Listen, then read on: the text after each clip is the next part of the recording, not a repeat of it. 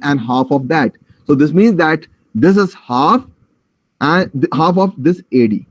Similarly, if I join the other other side also, if we see this also, this AD and HG. If I take this triangle ADC, this HG is half of AD and parallel to that. So this means that HG is parallel to AD. So you got two lines, EF and HG, which are parallel and which are equal, because both are equal to half of this, half of AD. Means that, so this means that this opposite line, side, that is EF and HG, they are parallel and they are equal. So if in a quadrilateral two sides are parallel, two sides are parallel, then two sides are parallel, then it is a quadrilateral, then it is a parallelogram. If in a quadrilateral two sides are parallel, then it is a parallelogram, parallel and equal. If in a quadrilateral two sides are parallel, so this is the proof.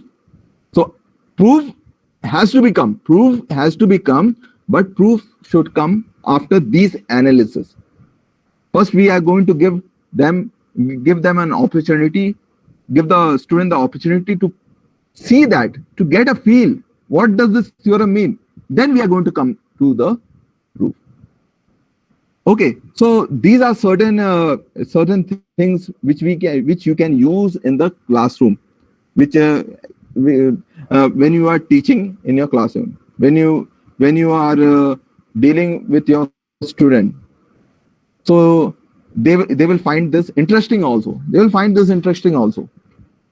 Instead of just giving the proof, they are fine. Now see the use of this software. This is actually in 2D. But you can work in 3 dimension also. So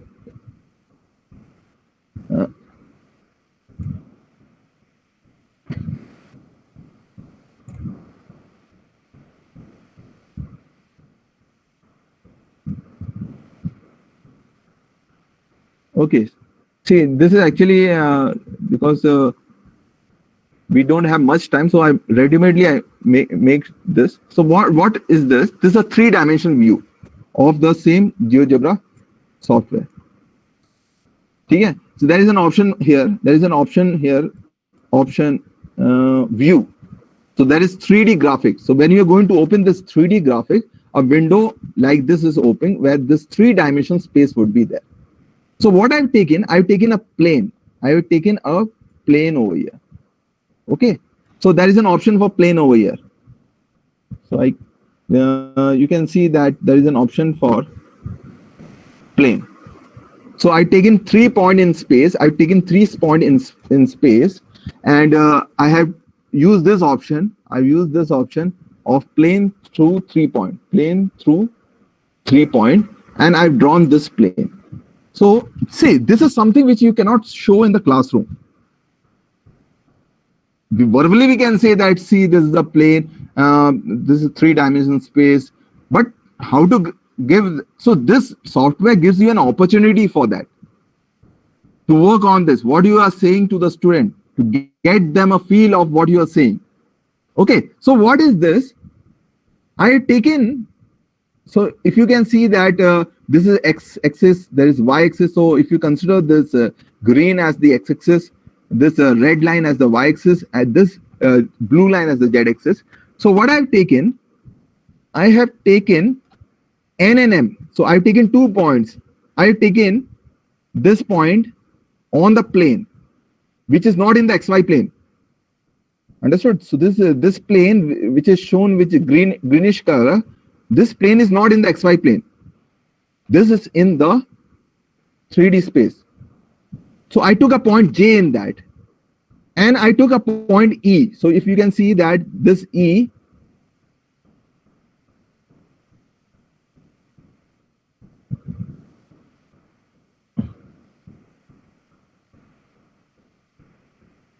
okay.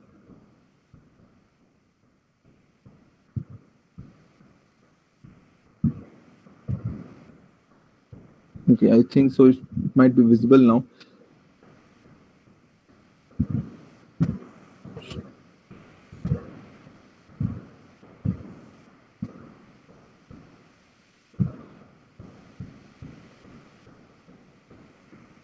Okay, so if you can see it, so you can see that I've taken this point E on XY plane. I've taken this point F on the XY plane. I've taken this point on G on XY plane. And I've taken this point J on that plane, which I have drawn, which is not the XY plane. Okay, so the same theorem which I was talking about, you take a quadrilateral. Now this E, F, G, J, this is a quadrilateral, but this is not in one plane. Okay, I can move this point. See, if you can see that, I can move this point. Actually, delete this. I will join E with H. I will join E with H. Okay, now H is the point on the plane which we have drawn. So let me move this point H now. So you can see that when I'm moving this point H, you have this quadrilateral. I'm moving this point. This quadrilateral is actually not in one single plane. Can you visualize this? Because the 3 point is in the XY plane and the other point, the 4th point, is not in that plane. So this means that the quadrilateral which you are getting, the quadrilateral EFGH, means this point, GH. This is a quadrilateral. This is a quadrilateral which is not in one single plane. This is some distorted type of quadrilateral. Understood? Because E, F, G, these are in one plane and this H is in another plane. But you see the theorem which we are talking about. I've taken the midpoint. So now the N, M, L, and K. L, M, N, and K, these are the midpoint. L, M, N, K, these are the midpoint. But no matter what quadrilateral you are taking, I can move these point. Which is in a 3-dimensional quadrilateral. This is a 3-dimensional quadrilateral which is not lying in one plane. This quadrilateral is not lying in one plane, but still you can see that it is always forming a parallelogram. You can verify this by the algebra on the left. You can verify this by the algebra. So you can see that J is 12.72. This is 12.72. This K, so IJ and L means the opposite sides are equal. In this also they are equal. So this you can verify. So we can give a feeling that the theorem which we are talking about, that if you take a quadrilateral, if you join the midpoint of the quadrilateral, whatever you are going to take, no matter where the quadrilateral is, whether it is a 3-dimensional, you are taking the quadrilateral in 3 dimensions. It may not be in a plane. The quadrilateral may not be in a plane. But still, if you're going to join the midpoint, you're always going to get the parallelogram only. You're going to get the parallelogram only. See, I'm changing no matter where this point is always going to get. So this is the visualization which we cannot give to the student in our classroom by normal teaching. We can use this software to give them a visualization. The abstraction which is in mathematics, we can give at least a feeling that what is being said, what concept we are dealing there. So I think so you might have understood the importance of this software. So this in our day-to-day classroom we can use likewise as I told you this theorem. But proof is important. See, what we are doing here, we are doing verification. We're not doing a proof. And a proof is important because something which is proved once, it will never be in mathematics. This is the beauty of mathematics. Something which is proved, you cannot claim some fine day that it is not correct, because proved means it is universally true. Once it is proved, after a few days it is not going to say that it's not correct. Once thing proved, it is forever. And that is also one thing. Proof is also a thing which has to be which is something to be cultivated in our student, to do proof, to understand what does that mean. But there is a difference between proof and verification. So whatever we are doing here, we are doing verification. We are not doing a proof over here. Okay, so for that proof, different techniques are there. Like we use contradiction method, we use contrapositive method to prove something. To prove that root 2 is not a rational number. To prove that root 2 is not a rational number, we use quantity. If you remember what we have done in class 10, we have done proof of that. So we have done for that we have used the contradiction method. We have assumed that, let us assume that root 2 is p over q, where p and q are integers. But somewhere we got, somewhere contradiction we got. So this means that our assumption is wrong. So this means that root 2 is not a rational number. So this is one of the way we prove something. There is contradiction method, there is contrapositive method, and other methods are there. So that is also something which has to be cultivated. That is something which has to be cultivated in our student. So that experience also you have to give. But apart from that, we can use this to get them a feel of the things which is happening in the mathematics classroom. So this is something, and there are other things also. So some more things which I have planned, like suppose you want to find the locus of an ellipse. You want to find locus of an ellipse.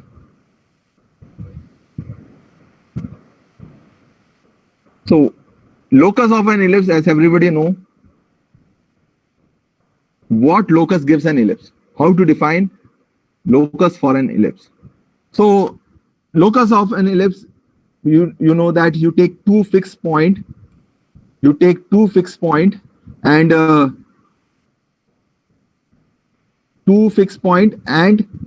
how the point moves. The point should, the sum of distance, the locus is a point whose sum of distance from those two fixed points is always a constant. So this is how you get a locus of an ellipse. But how to use this software to show it? How to use this software? See, directly you cannot show. Directly you cannot show that you find the locus. See how this locus. You have to get some idea. Your mathematical idea. You have to get it. To get these numbers of options are there. Using this option, I have to use this. I have to use this. So how to get that? So for that, what you're going to do? We are going to see. I'm just going to give, and we are going to show. I'm just see. This is actually a slider. This I haven't talked out, but once I'm going to work out this entire thing, and we are going to see how to use this this option of slide also. See, as I'm moving this slider, what you are seeing that the trace, you're getting a trace. And that trace is an ellipse. That trace is an ellipse. Okay, you can see that the trace is an ellipse, and you can verify that the trace is an ellipse.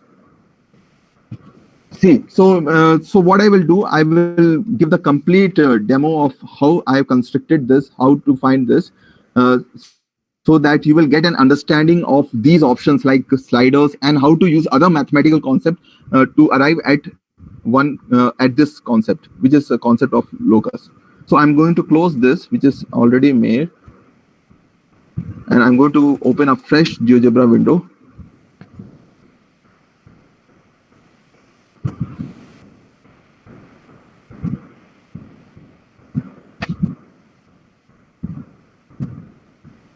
Okay, so it's taking a little time to open. Let it open.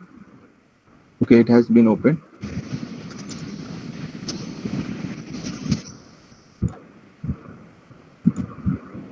Okay, so what you have to do, see, the idea is that See, I will just show what idea I want to use.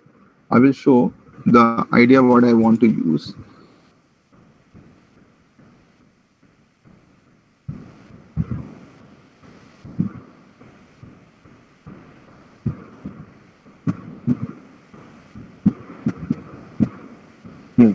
So, what I'm going to take, see, what do you want? Refresh.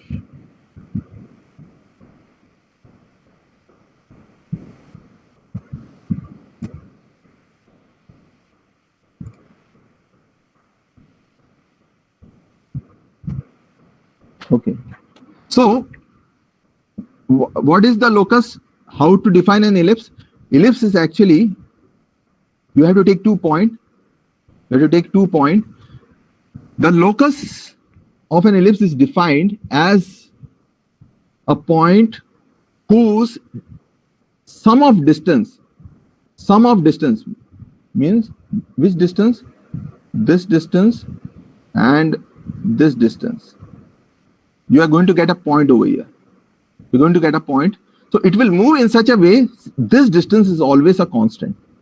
This distance is always a constant.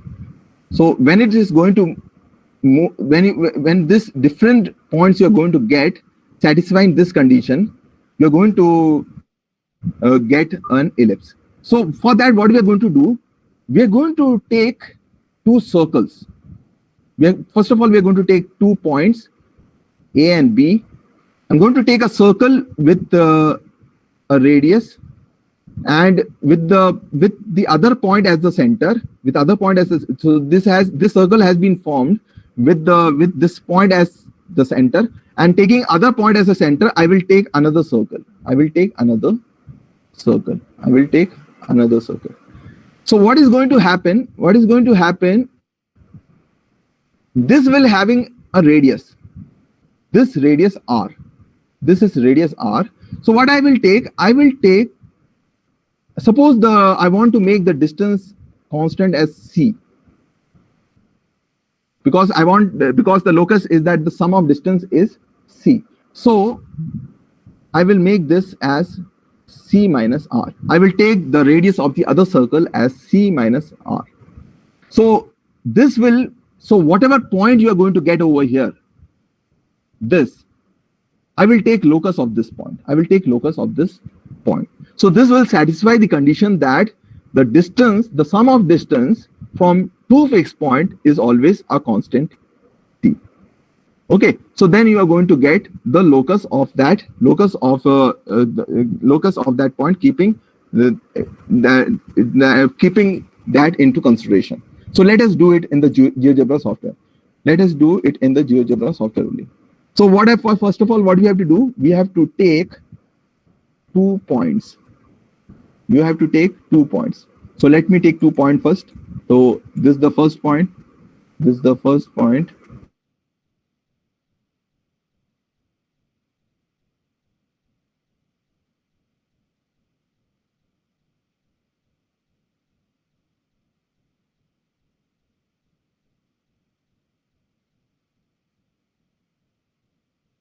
Line segment.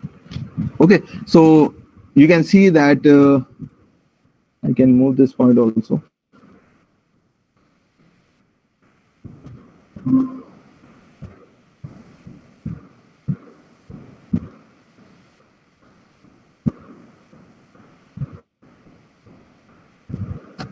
Okay, so I got a line segment. So what you want to find the locus is that the distance from these 2 fixed points, the length, sum of distance from these 2 points A and B are always a constant. Always a constant. So for that, what I'm going to do, I'm going to take a circle. As I told you, I'm going to take a circle with center and radius. So I will make this, taking this as center. So I will click on A. So it will ask you radius. So here what you have to do, here you have to take the radius as R. Here you have to take the radius as R. And I'm going to click OK. So now comes the role of the slider. So it will create a slider for that, because I have not fixed the radius. I want to change this radius. So see, You can see the function of this slider also. As I'm increasing and decreasing, I can increasing, the radius is increasing, the circle size is also increasing, and I'm decreasing, it is decreasing. Okay. Similarly, what I have to do for the second circle, for the second point, I have to make a circle again.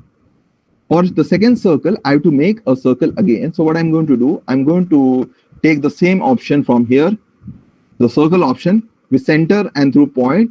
I will click on this point. I will click on this point. Okay.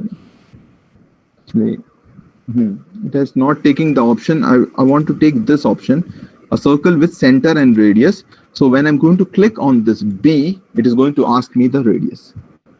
Now, you have to fix a constant. You have to fix a constant over here.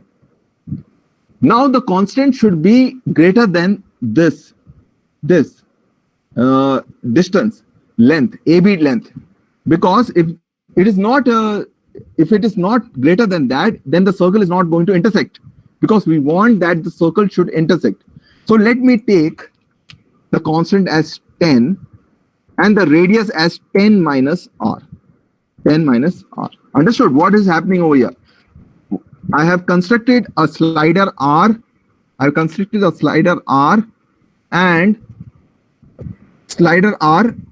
I've constructed a circle with radius r. I can change this slider. So if I'm going to change the slider, you're seeing that both the circles are moving because both are depending on r, because the radius is depending on r. Okay. So what I can do now, so what do you want now? What do you want? You want actually the locus of the point, because the radius, the sum of the radius, because if I'm going to join them with hello sir. Sir, assist sir. Yes sir, you're audible sir. Okay. Sir. Okay, so is there anybody, someone wants to ask something? They want to ask, they can ask in between also.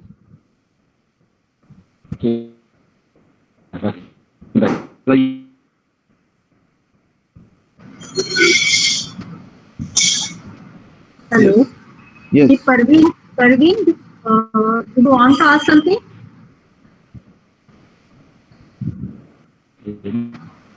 Hello. Nobody.